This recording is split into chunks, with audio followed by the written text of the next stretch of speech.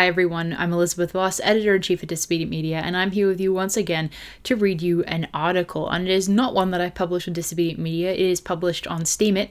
I will have the link to the article itself in the description of this video. It was titled, Christine Assange Speaks Out on How We Can Help Reconnect Julian. And this is a pretty brief piece, and the reason that I published it on steemit exclusively is because it is a piece of advocacy in this issue, and it is not really news writing in a typical sense. So many people have asked me, in response to my coverage of this subject, how do we help Julian Assange? How do we help Wikileaks? What can we do? Because they feel powerless. They feel like they want to help, but they don't know how. And I think Christine wonderfully answered those questions. And I hope that by having written this and by having made this video repeating what I wrote, that it will reach more people and they will be able to have some guidance on how they can help. And so without further delay, I'll just get right into it. And this was written yesterday, so the dated references refer to last night. So I began earlier this evening. Christine Assange spoke with Dennis Bernstein of Flashpoints Radio on KPFA Pacifica Radio, along with Randy Credico and John Pilger. And the entire segment, as I said in the article, can be listened to either via the link that I've embedded in the article or through the link that I will include in the description of this video. And please do listen to that. It was a fantastic hour of really, really perceptive thoughts on, a lot of these central issues that are so important, both Assange and the Russiagate hysteria. So, at the beginning of the hour, John Pilger gave his thoughts on the drums of war being sounded against Russia, with the latest sanctions against Wikileaks Editor-in-Chief Julian Assange being enacted in the context of silencing the most effective anti-war journalist of our time. He referred to the rabid anti-Russia hysteria of the establishment and said, quote, "It is a kind of collective insanity. This can only end in the kind of horrific war that would devastate both sides, and at the center of this are those who stand against it. They have to be swept aside one by one, and clearly the most important and prominent are Julian Assange and Wikileaks." And that's the end of the quote from John Pilger, which I have, imperfectly read to you all, but it's fine. So during Christine Assange's discussion on the show, she told Bernstein and Credico about the various ways that the public can help fight for Julian Assange and for WikiLeaks. She also explained the tweet for which the government of Ecuador has said that Julian was banned was entirely factual and historically accurate. She said that the current powers are afraid of truth and afraid of facts. And Christine noted that shortly before his contact with the outside world was cut off, Assange had been invited to give evidence on Cambridge Analytica and Facebook, with the former being tied to a wide variety of, quote, dirty tactics. She then cited the, quote, incredible pressure on Ecuador to hand Julian over to the US, and that's the end of the quote, which has been of great concern to supporters of WikiLeaks and to Julian Assange. So she cited the millions of dollars that was spent, as revealed and reported by Craig Murray, to discredit Julian's protector, who was the previous president of Ecuador, Rafael Correa. She then added that the obsession with attacking Assange shown by former CIA director Mike Pompeo last year, as well as warhawk John Bolton, could be summed up as, the fundamental motives behind silencing the WikiLeaks editor-in-chief. And she said, quote, "The US wants to shut Julian up and everyone is leaning on Ecuador." And apologies that my throat is a bit croaky and sounding. My throat's really dry, so we'll just get through this anyway. But Christine observed on the political tension stemming from Assange's support for Catalonian self-determination, saying, quote, "You don't have to be on the side of Spain or Catalonia to be against the brutal crackdown by Spain against the Catalonian people."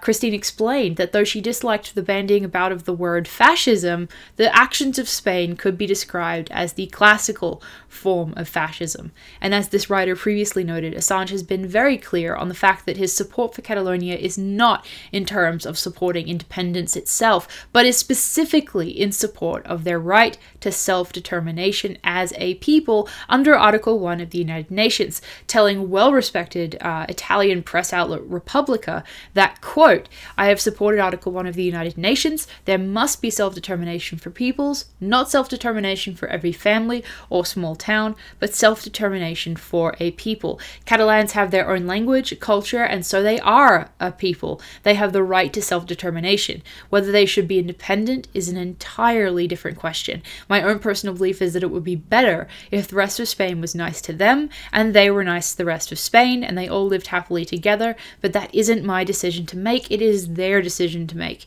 And that's the end of the quote from Assange as spoken to Italian press La Repubblica.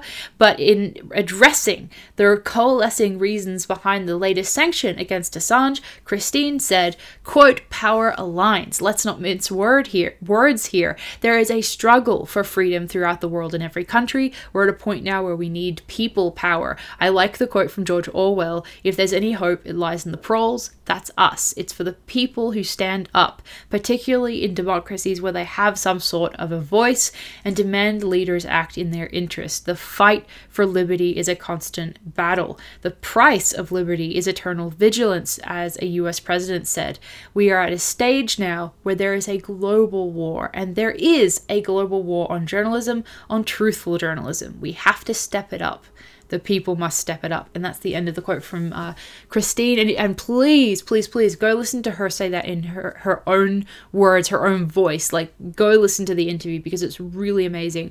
The main reason that I put this article together was not to, just restate what was said, the amazing points that were made about the situation with Assange, but also to specifically write down the advice that Christine gave on how to support WikiLeaks. That is the most important takeaway of this from myself, and I thought that writing this would help other people in that sense. So Christine also acknowledged the multiple petitions that were brought to the Ecuadorian representatives yesterday, including one signed by members of the Veteran Intelligence Professionals for Sanity, which also goes by the acronym VIPS, and that was delivered by John Kiriakou, who is an ex-CIA whistleblower, and he is an amazing individual who also participated in the ReconnectJulian vigil.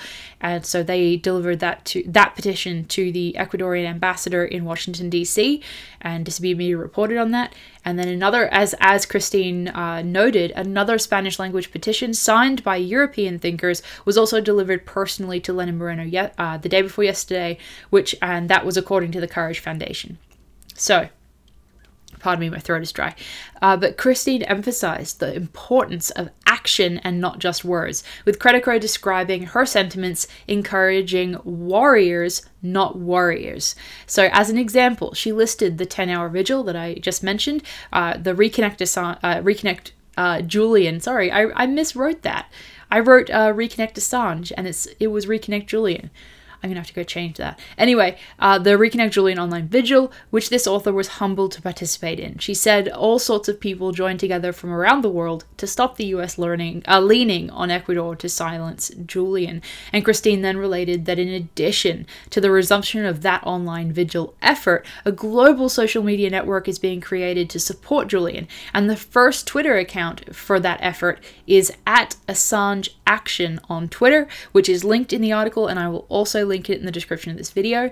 And as Christine said in reference to that Twitter account, that it has been secured and will be operating soon. And she also noted that it would be mirrored in many countries around the world.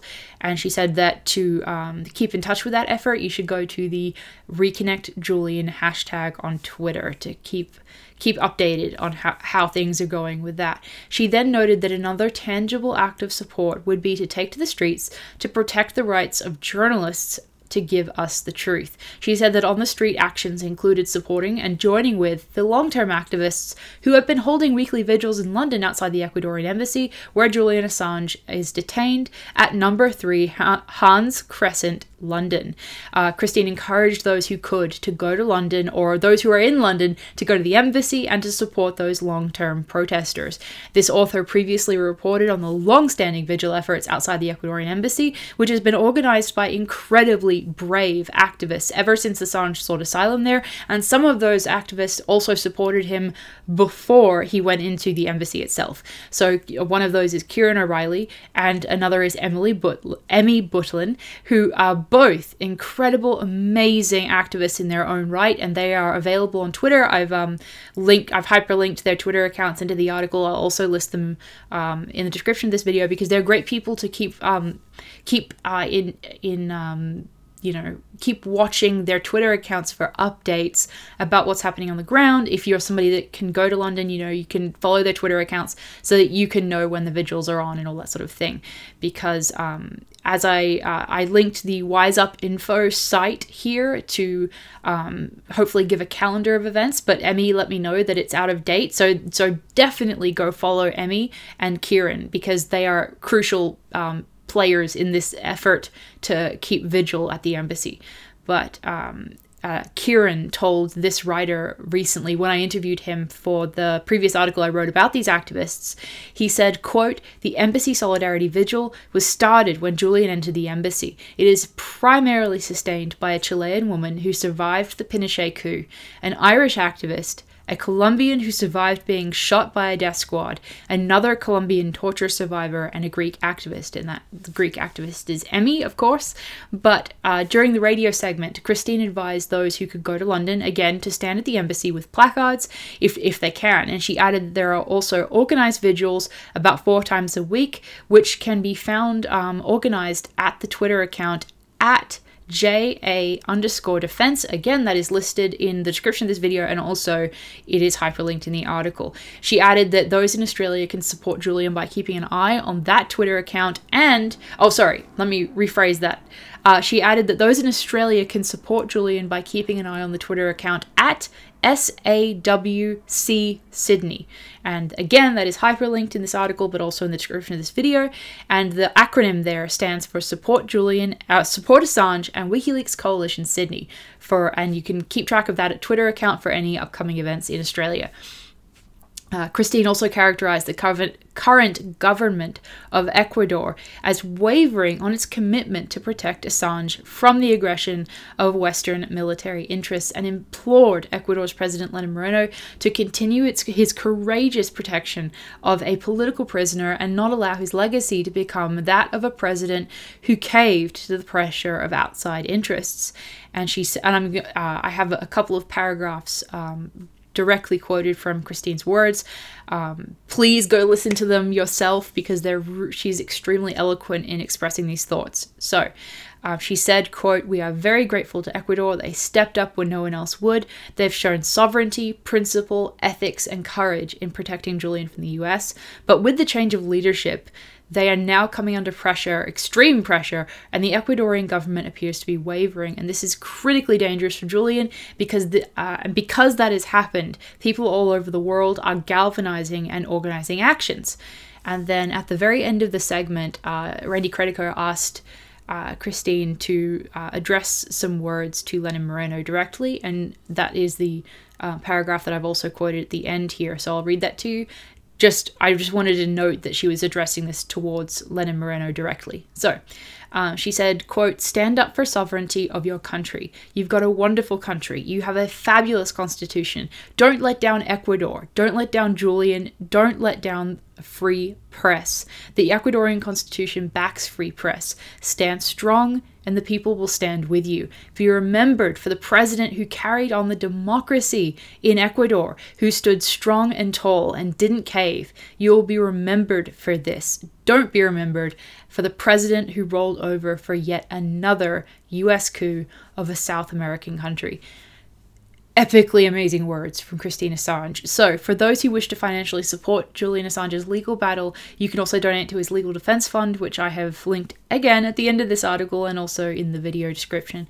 That's the end of the article. I hope you guys are encouraged and have some options that you can chase down to help this effort. And if you can't get into an online action, please consider, just either donating, but also, or in addition to any sort of donation you can make at all, please, please, please share independent media that supports WikiLeaks. Share all of the coverage about Reconnect Julian that you can, and not just from indie news, but also people that are just straight up supporting WikiLeaks in the Reconnect Julian tag, etc., etc. And that does make a difference, because if it didn't, you wouldn't see the intense smears against everyone who stands up for WikiLeaks. Even today, when I just posted one tweet about the fact that it was the treatment of Assange was exposing the hypocrisy of the West, huge number of comments, you know, just idiotic smearing comments, because they cannot stand people standing up and fighting for Julian just online. They cannot stand it. So with that in mind, go stand up for Julian Assange on Twitter and Facebook and every place that you can. And as Kim.com said in the Reconnect Julian vigil, go talk to your friends and family about this situation. Explain to them that it is in their interest to protect Julian Assange. It is in the entire public's interest to protect Assange and WikiLeaks. And give them Susie Dawson's article, Being Julian Assange. Explain the smears that have been used against both him and WikiLeaks. And with all that in mind, thank you for listening, thank you for watching and reading, and all of your kind words, because you guys leave the most awesome comments, whether it's on Disobedient Media or these videos or on Steemit, and I really appreciate it. So thank you all, and I will see you next time. And I'm hoping that by the next time I make a video, Assange will be back to his formerly, tweeting self. So I'll see you next time.